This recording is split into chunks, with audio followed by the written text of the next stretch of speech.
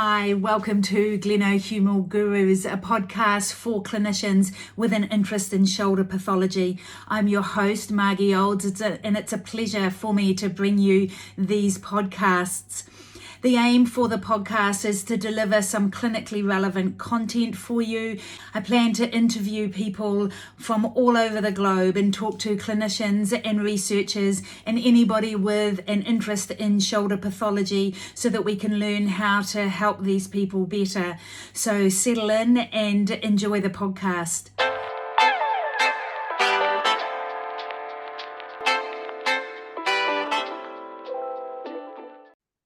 Hey, I'm super excited to welcome Ben Ashworth to Glenohumeral Gurus podcast. Ben, welcome. Thank you very much for having me, Margie. It's an absolute pleasure. Yeah, so we've been kicking some ideas around rate of force development, and I've been picking your brain. And so I really wanted to use this opportunity to dig into that a bit deeper and see what I can learn from you and where we think the gaps are. But firstly, can you introduce yourselves to the listeners? Can you tell them a little bit about your physio career and how you got to be here talking with me about these things? Yeah, sure. It's a long old career, Margie, but I'll keep it as brief as possible. Um, I suppose I qualified 1997, somewhere around over 20 years in sport as a physio, working with different teams, and that was starting out in professional rugby and then Olympic sports for about 7 years up until London 2012. And then I went and for the money, I ended up at Arsenal Football Club, where I was the first team physio for 6 years. No shoulders really, but I tried my best. And then I had a little sort of semi-retirement for about 9 months, and then went and was director of football or director of performance at Sparta Prague, a European football team. So shoulders has been something that I've been very passionate about since about 2007, and just more and more got into them. Ended up as the judo physio before 2012, which was probably the turning point for me in terms of my passion and also my understanding. Lots of learning. I'd love to say it was when you came and delivered a talk in 2006, Margie. I remember it still. I was just thinking back to that. I think that's Ah, probably the first time I met you. I think I just left the UK and had come back for a talk about tissue stiffness. So it seems that's our it. paths have been crossing. I don't know if you remember. I remember delivering that talk at the Yeah, BOA that's all it. those years ago. That's it. I was thinking about that yesterday, and like with all of us, we're all most of us in this space are very interested in learning from other people. And at that time, I didn't know what I didn't know about shoulders. So I think you'd completed your PhD at that point, or at least where you'd done your masters, or you were ongoing with the stiffness work around shoulders. And that at the time, we were doing a lot in hamstrings with Glenn Hunter. So Yeah. your work then was ahead of its time from an upper body perspective. Um, and then obviously then what you do is you're an interpreter. You're a clinician, so you're working in the trenches, dealing with athletes, solving problems. You're applying research that you're getting from world's best practice, and you're trying to put it in place with the athletes that you're working with. So the more exposure you get to shoulder problems, like a judo team or a rugby team, and the more then opportunity you have to read and practice and make mistakes, that's how you develop. So that's probably how I've ended up here, long story short. And I Yeah. suppose the big turning point from a shoulder perspective for me was my research, which started in earnest in about 2015, and then was published in about 2018 on the force platform test, which we'll probably talk about. Yeah, that's right. And then that was really another thing around solving a problem where we were working out why shoulders were breaking down in Premiership rugby in the UK. Mm. And recently your PhD is in its final stage. Well, Yeah, do you so want to share? I shouldn't be doing this podcast. I should be doing my I PhD thought that. thesis. Right? But it's a good break for me, this. Yeah, Yeah, so we appreciate your time. oh no, it's an absolute pleasure. So any chance to avoid working is perfect for me, Margie. Like, um, yeah. So the PhD, which has now spanned a number of years, because I started it before I went to Prague, and then the pandemic kicked in. So it's Yeah, been a creative PhD, but it's essentially in looking at how the ASH test stacks up against throwing performance, and yeah, cool. looking at the validity, reliability, and sensitivity of the ASH test and how it relates to uh, kinematics and also recovery after throwing. Yeah. Interesting, eh? And well, I'm really interested to obviously find out what you know about that, but I'll be patient and wait and wait my turn. But the PhD is such a journey, isn't it? You know, Uh, they never quite go according to plan, and it really is a measure of endurance and resilience. for sure, it is. And actually, it sort of coincided. I ended up, as I said, in Europe, and then I ended up coming home to the UK. And so now, as you can see from the sort of temporary branding here, but no, Yes. we're building a business, and now I'm just doing athletic shoulders, which is why I can Mm, focus on these things, and the PhD is mm, just part of that kind of credibility yeah. behind becoming a researcher rather than just being an interpreter. Yeah. And it's such a interesting blend, isn't it? You know, the research and then the clinical application of that research, because there's advantages and disadvantages in both spaces, isn't it? At least that's what I find. Yeah, and Anyway, what I wanted to talk to you about is this rate of force development because it is kicking off, isn't it? And I'm really keen for listeners both to understand that better, why we obviously think it's important and where we think its value is and where we think the limitations are. Um, can you maybe just start us with a definition for those people that don't know or understand about rate of force, rate of torque? Why we think that's important. What is it? yeah, so basically it's the capability to produce force in a limited time frame. Mm. All right. So to give you an example, if we ask someone to take their time to build up to force, it might take them, over half a second to build up to their peak force. But when we look at the sort of meaningful actions of sport and the meaningful actions that cause injury, they tend to happen much earlier than that. So in almost 250 milliseconds.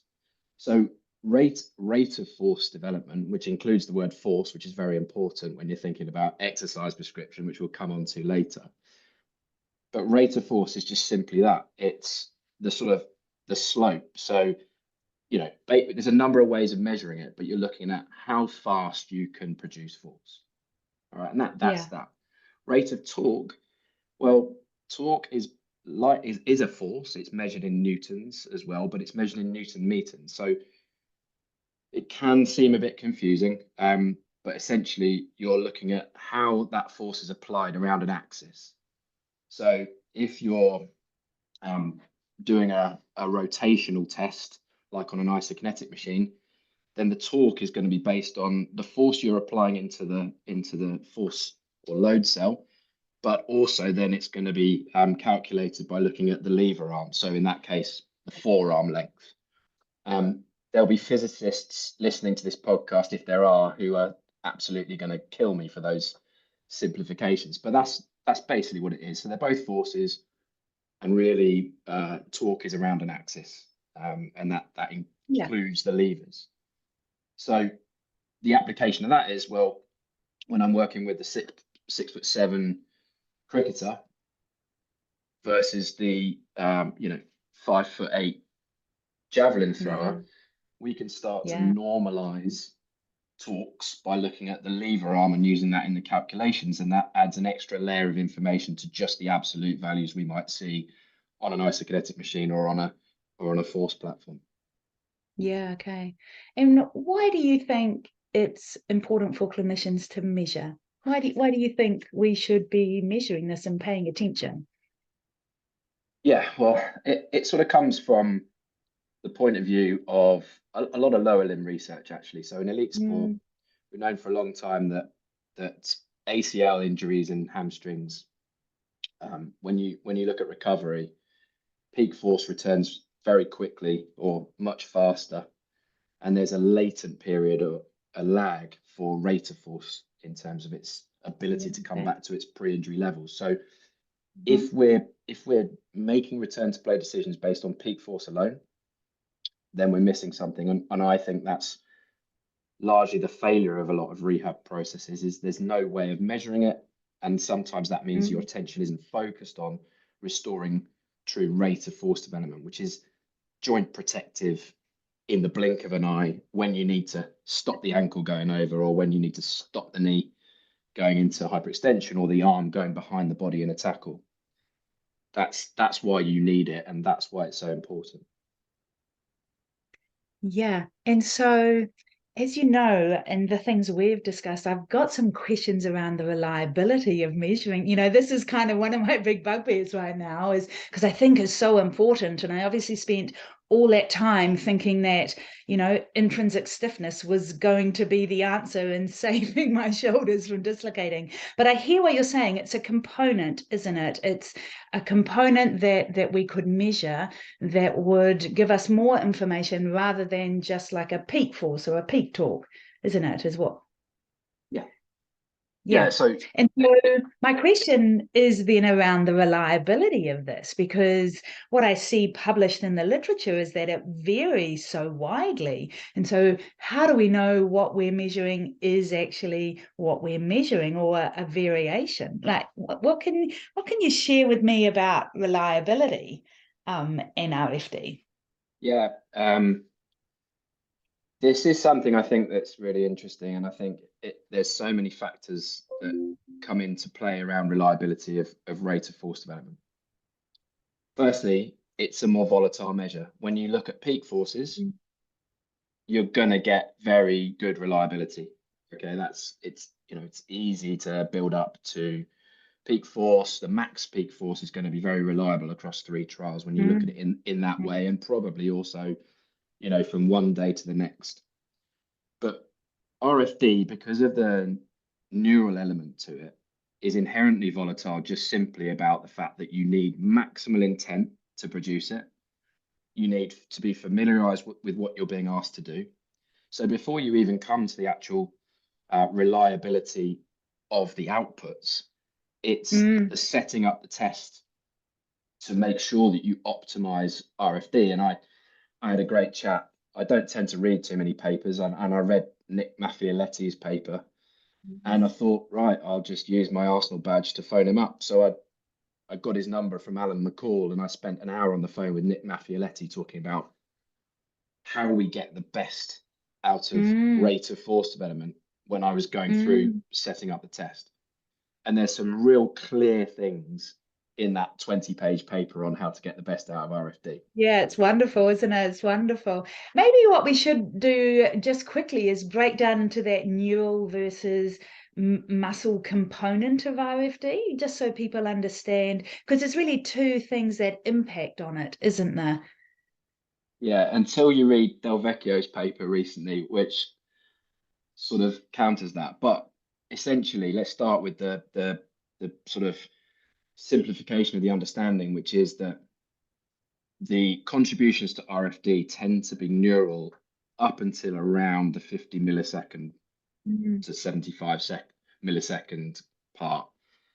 But after that, things can be seen to be more architectural or based on the muscle property itself. So the neural drive to the muscle and the impulses, and then how then the architecture itself, so the fiber type and the recruitment, etc. So that's historically what was thought, and so that's why it can be affected by a lack of intent. It can be affected by caffeine, a lack of sleep, fatigue, all those things. But the longer you give someone to produce force, and so therefore, if you look at RFD at 250 milliseconds, it's more reliable. Yeah. And it's less reliable at 50 milliseconds, because you have to have neural superpowers to be able to produce like high neural drive outputs consistently at that kind of shortest frame in terms of time that we look at for RFD. And the recent paper, I haven't seen that, but that is, there were some thoughts that that is not the way we should be thinking about. I think on a simple level, I'm a simple person. I think the original models and all of the other papers that point to that neural and distinction between Mm, neural and kind of architectural or neural and mm, muscular is a good way of breaking things down. But if we simplify it even further, like if you've got a big muscle, it doesn't mean you're going to produce high rates of force. All right. You actually need to be able to access that big muscle to be able to produce that high rate of force. yeah. So that's where the neural system comes into it. But effectively, the more recent paper, it's not too recent, but it's out there in terms of modeling, looks at the fact that actually you can't really distinguish between the two, because Mm, when you are driving neural inputs to muscle, you're getting architectural change, if that makes sense. And there's a feedback yeah. loop as well. So the more Yeah. the more we sort of try and simplify it for our own benefits, it helps conceptually, but actually in reality, Yes. probably what we're dealing with is we're training both systems at the same time. Yeah. So they were a bit blended, eh? Absolutely, absolutely. You know, you're not driving an adaptation that's simply neural, because actually, let's say you are able to recruit more fibers, Mm, then those fibers are going to benefit from that train. You know, so yeah. there's Yeah. Yeah. there's more The to way it than you just simply explain that. saying, yeah, you've got a neural problem or a muscular problem. But Yeah. I suppose the way we look at assessing and training is, if you've got high peak forces but low RFD, and this is how I look at it. Mm, High peak force, low RFD, but when you have to then stabilize or produce explosive force, you don't have that capability. You mm, have to train that to improve that. It's not going to get better by just getting stronger in no. in longer time frames. Do you think what do clinicians need to know then about the reliability? Because I mean, I do quite a lot of telehealth with patients across New Zealand, and I've had a physio show me with their handheld dynamometer what the RFD was as they are holding it in space with like a frequency, using a device with a frequency of something like 200 hertz. What do we what do we need to what do clinicians need to know? Because my concern is, like, we agree, it's very valuable. One of my concerns is that if we don't use it wisely and use it well, we won't appreciate the benefits, I guess, is how I should say that. What do clinicians need to know when they're measuring? How do they maximize the reliability of the output they are measuring? Yeah, I mean, I think just we've covered the protocol aspects of it and making sure you set up those things right, which is vital. So read the Maffiletti paper, set it up Yeah. properly. Number one. I suppose number two is understand what meaningful change is. So the error or the potential change that results in the error from the test and not from a change in the person that you're measuring. And that is the Mm, critical piece. So if you look at someone and you look at a test that has poor reliability, maybe because of sampling rates or inaccuracies in the equipment that you're using, and you see a change that's actually within the error, it can't be considered a meaningful change. So we're trying to find tests that have good reliability, the magic 10% CV cutoff, which is neither here nor there, but somewhere around that for RFD measures means that then anything outside of that, we can start to look at what a meaningful change looks like. mm, If I'm using a 1,000 hertz force plate, I can really trust that data. And if there's a smaller change, it may well be meaningful because we trust that the force plate can be really accurate. Whereas if I'm using a SFIG cuff or like a handheld dynamometer with a force trace on it, and it's sampling at 50 hertz, because it's mm, taking slices less regularly, we don't know yeah. whether it's captured the right start of movement or there's actually a bit of error in the system. And that means that then, even though you see a change of, say, 50 newtons per second on RFD, it may just Mm. be part of the fact that the system itself can't measure accurately enough. So that's, in a nutshell, is what you need to know. You need to understand the error of the system, and make sure that it's a meaningful change. And there's loads of good work out there from much better people than me, like Aaron Coots and others who've looked at how you calculate smallest worthwhile change, meaningful change, and even deeper dive into that to ensure that you're getting Yeah. real accuracy in your data. Yeah. And so I think, I mean, some of the key things I took from that Maffioletti paper is obviously that your device needs to be fixed, firstly. So for clinicians, if they otherwise, it's not even measuring what we think it's measuring. So if you're using a handheld dynamometer or you're using a force plate, obviously that's fixed. But the recording or what the sampling is coming from, that needs to be fixed, and also that the sampling frequency needs to be more than 1,000 hertz. So that's my understanding. Anything higher than that is great, but that's as a minimum. Is that what clinicians need to know before they start telling me about RFD from a handheld device that's moved with 250 hertz sampling frequency? Is there anything else they need to know, I guess? Yeah, I think they need to know that we've all been there with low tech options and with things that don't sample fast. I remember claiming that we were seeing changes in RFD with a Lafayette handheld when I was doing brake tests on judo players. And Yes. what we were seeing over 6 weeks was that someone was improving in their willingness and ability to produce force faster. That's still RFD, but Yeah. in the context of understanding that we're not looking at 250 milliseconds, but maybe we've shifted their ability to hit peak force not in 2 seconds, but now in half a second. Okay, well, that's an improvement that we can probably trust because we're looking at almost like a, you know, green, amber, red. Like But how much I of think we that can do you get bogged down. Yeah, how much of that do you think is just learning the test? I think when I developed those SARTs tests with Tim and we looked at, coordination things and things that really required lots of neural drive, like these ball taps on the wall, people just got better and better and better. And that's what we see with the Blaze pods, like how much of it is learning the test rather than getting better force production? What do you think? Yeah, I think that's a different angle on it. But basically, yes. I Mm. mean, I would rather someone, if I was testing someone, I would rather see that they're improving in that test. Yes, of But that course. but that test isn't the be all and end all, like Mm. if you're counting someone down into producing a high rate of force development, it doesn't mimic what's going to happen on a rugby pitch. It doesn't mimic what's happening, No. you know, in a handball throw when they get blocked. It's not the same. So this is just one part. I think what we're doing is we're trying to go, listen, here's a test that we can trust, that we know we can rely on to assess and measure RFD when it's under Mm. someone's conscious control.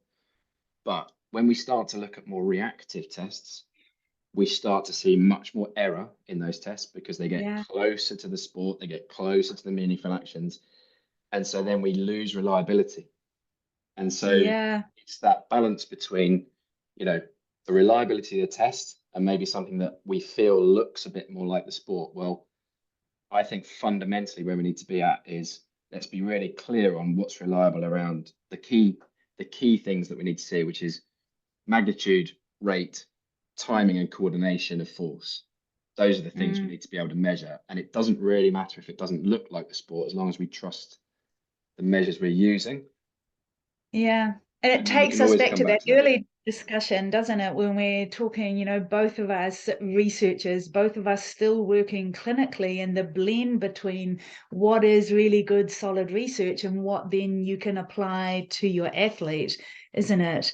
I think I've been mucking around looking at, because like you say, how you count down and respond to an auditory cue doesn't really replicate what happens on a rugby field. And so I've been mucking around with dropping weights into people's extended arms and trying to then measure distance and amplitude, and so far unsuccessfully, I think, because of what you talk about with the reliability, and there just Yeah. seems to be lots of variance in that. But I think, Margaret, that's exactly what we're doing. Like we're working to try and solve a problem. You're doing exactly what I've been playing around with as well, and we're Yeah. all sort of trying to solve the same problem.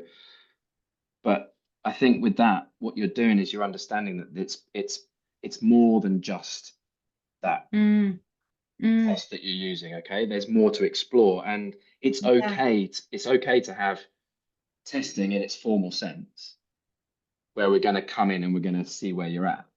But it's also okay to just be able to say, well, from a coaching perspective, this is what we're seeing when they move, and their ball transfers this week were miles better than they were 3 weeks ago. Therefore, we're kind of seeing an improvement in some functional stuff. And you're the person to talk to about functional testing. Yeah, apparently I've had some ideas, but anyway.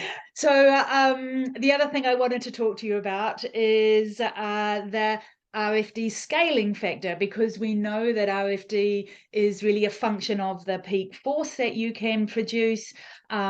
What are your thoughts around that? Is that I should be measuring peak force and then measuring RFD and doing it in relation to my peak force, or what are your thoughts? Yeah, so there's a lot of ways of kind of looking into that. So as I said at the beginning, there are lots of ways of measuring RFD. And so if we take something like time to 80% of peak force, for example, that could be seen as an RFD measure. But if you look at CV values, they could be about 60% between 3 trials, because it's so volatile. Yeah. Because it takes different times to get to peak force, usually around 500 milliseconds. So I think with the sort of scaling factor stuff, and from my understanding, by the way, I don't use it in practice. I use stuff that's field based. I'm going to get information from immediately and turn it around. And I also use stuff that I believe that athletes are going to want to do. So, good idea. Yeah, that's not a bad shout. So when we're looking at, say, submaximal tests, for example, and we're looking at repetition, and we're looking at submaximal reps, pulses, those kind of things, I'm not sure number one, they translate when you do a submaximal intensity, that translates necessarily to max intensity. In fact, I don't think it does from personal experience. And also, I think that when you're looking at kind of repeated testing like that, you've lost the athlete. They barely are ready to do 3 tests. They're often time poor, so you're trying to get maximum amount of information about the smallest amount of from the smallest number of tests. Now, that's really important, because I think if you're looking at groups of athletes, for sure, these longer lab-based and more detailed studies, I don't think are great in terms of application. However, I'd be delighted to see the evidence that grows in that space, and I'd watch it keenly to see, is there a way that we can look at that in early recovery post-surgery, when we start to introduce RFD very early on? Is there some stuff around people who have maybe some neurologically driven issues? Because that's fundamentally where a lot of that stuff comes from, is like neurological conditions, and looking at those types of things rather than actually looking into athletes. So it's a slow thinking for me, and I watch this space rather than I'm going to use it tomorrow, because number one, I don't really have the setup or tools to do it. And I think there's so much that we're not using from just the basics of what we put together around, ASH testing, RFD, and around general testing, without having to go any deeper at the moment. And what about the relaxation factor then? Because the reverse of that, not only how quickly can you get to peak force, but how quickly can you come back to a resting level? For me, that starts to talk about, use of agonist, antagonist, and actually neural control. What are your thoughts around relaxation factor? Because that also might be easier to use clinically, because it's all on the one graph. I don't have to start doing fancy stats, do I? Yeah, but I suppose it comes back to the same thing. It's like, if we're going to do, and there's some studies around, I think there's some more recent studies around, like, using fewer reps, but the original studies were 120 reps. Yeah. Right? That's not going to happen. Did you say about losing your athlete? It's like, come in for... That's not going to happen. So I think you know, you Mm. get it down to 60, you still haven't got them there. We did on as part of my pilot study in Prague, we did a 60-second peak isometric hold on the force frame. So, and we did a max test, and we just wanted to see the peak and where it dropped off to at the end of 60 seconds. Yeah. And the poor athletes doing it. So Yeah. the fundamental thing is the cost also of that session. So when we've got Yeah. stuff we're using to test, there has to be no cost or minimal cost in terms of performance and or fatigue on the athlete from that day onwards, from the next day and the recovery of that, Yeah. unless we're doing it as part of a sort of planned screening block or whatever. If you're doing something like that, you're doing that once a week and you're looking at, say, relaxation factor, I'm not sure what it's going to give me to then make me want to explore that further.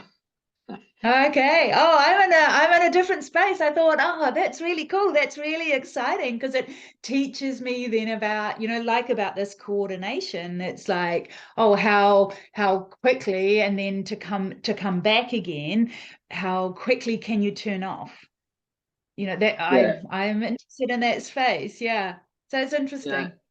I I'm not sure. I think, if you're looking at, say, it conceptually in my mind, as you mentioned it, and we've obviously discussed it off air a little bit, but conceptually, like the antagonist, the level of tension within the antagonist is going to be something. But then over time, if you can't keep a lower level of relaxation, it may be that we end up with more fatigue. For example, in a throwing athlete in their Mm, posterior shoulder, if their antagonists are at a much higher level, and they can't switch off, then potentially that's going to accumulate.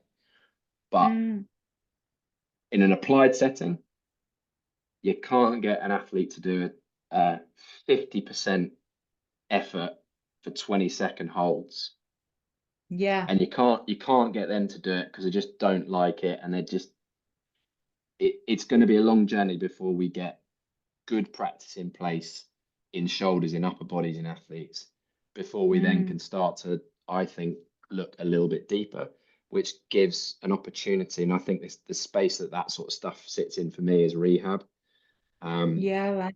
and maybe more complex shoulder instabilities, the kind of Andrew Jaggies and the ones that I would send to Andrew rather than the ones that I'm Yeah. seeing on the field. Yeah, right. Okay. Okay.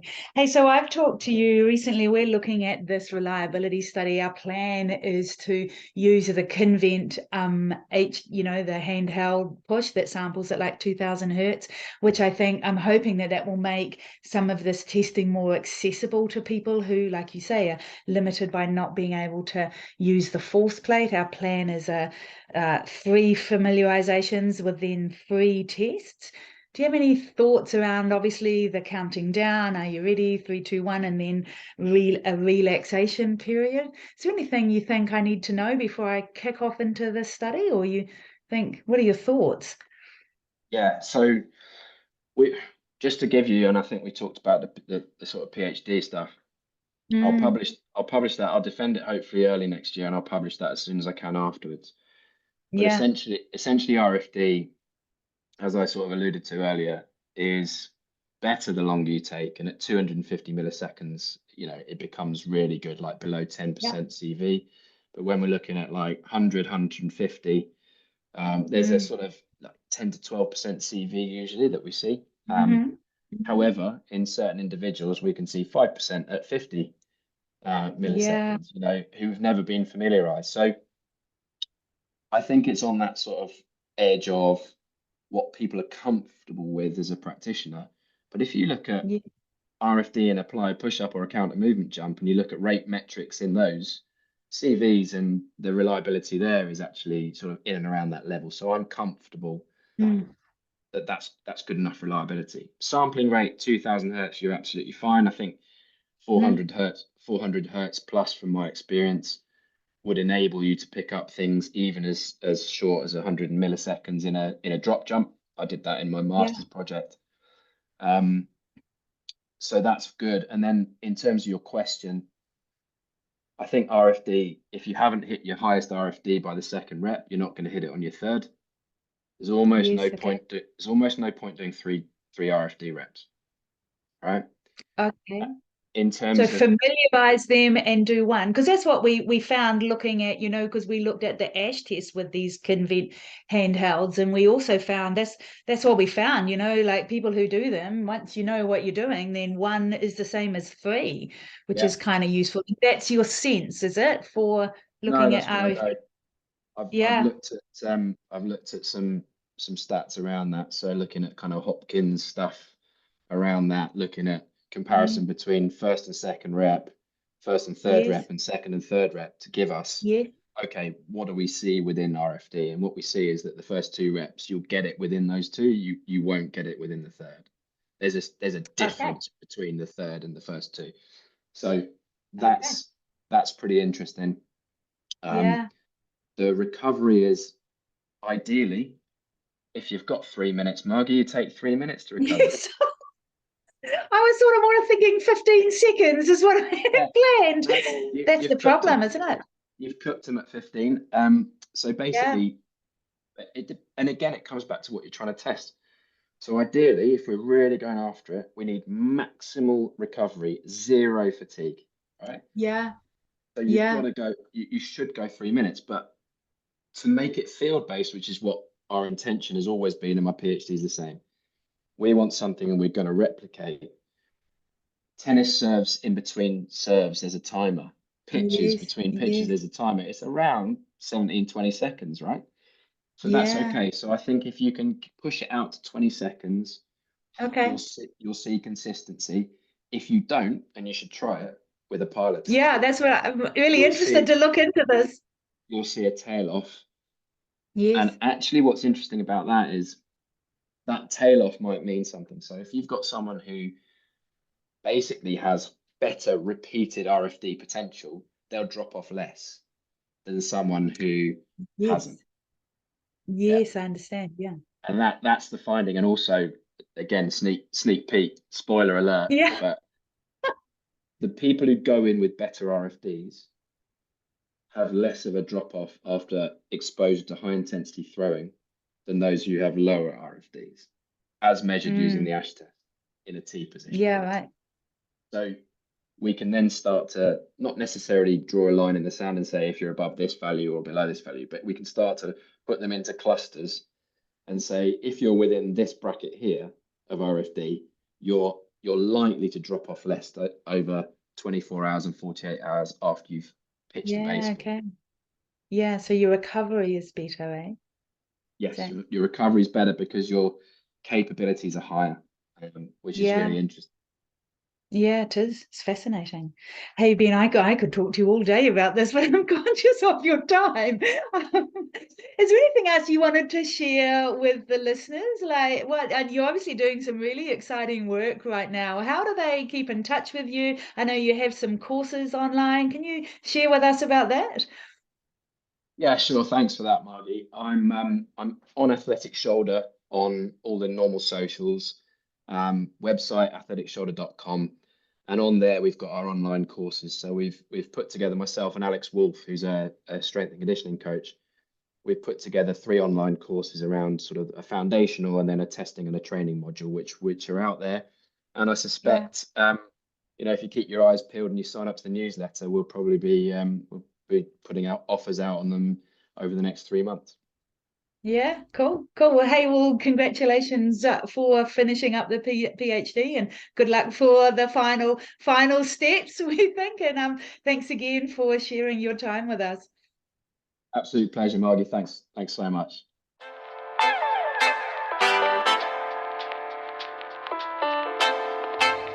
Thanks for joining us for today's podcast. I hope you've really enjoyed this content. You found some clinically useful tidbits, and some of the content has been thought-provoking. If you have other ideas for content for these podcasts, then please reach out to me on social media via Facebook, Instagram, LinkedIn, or Twitter. I'm happy to get your feedback about the content, and if we can improve that in any way, or talk to researchers or clinicians who you would like, then I'm happy to do so. Don't forget, you can follow me on my social media for some more up-to-date content. You can also access me for patient-specific help. If you'd like to do that, then I also offer that service via telehealth worldwide. If you're looking for a shoulder brace, you can check that out via our shoulder braces on flawlessmotion.com. And if you wanted an online shoulder course, then I have a range of shoulder courses, through from an introductory shoulder course through to return to sport and a shoulder instability course. The instability course was designed to accompany the clinical concepts paper that we published in the Journal of Athletic Training. You can access these courses on margieolds.com or flawlessmotion.com. That's flawlessmotion.com. And every course comes with a complimentary question and answer session, so we can drill into your understanding of the key concepts of the course. You can also join our Facebook group, Glenohumeral Gurus, and follow along for the conversations and discussions on this page. And otherwise, I look forward to you joining us for the next podcast. Thanks for your time. Until then, stay well, take care.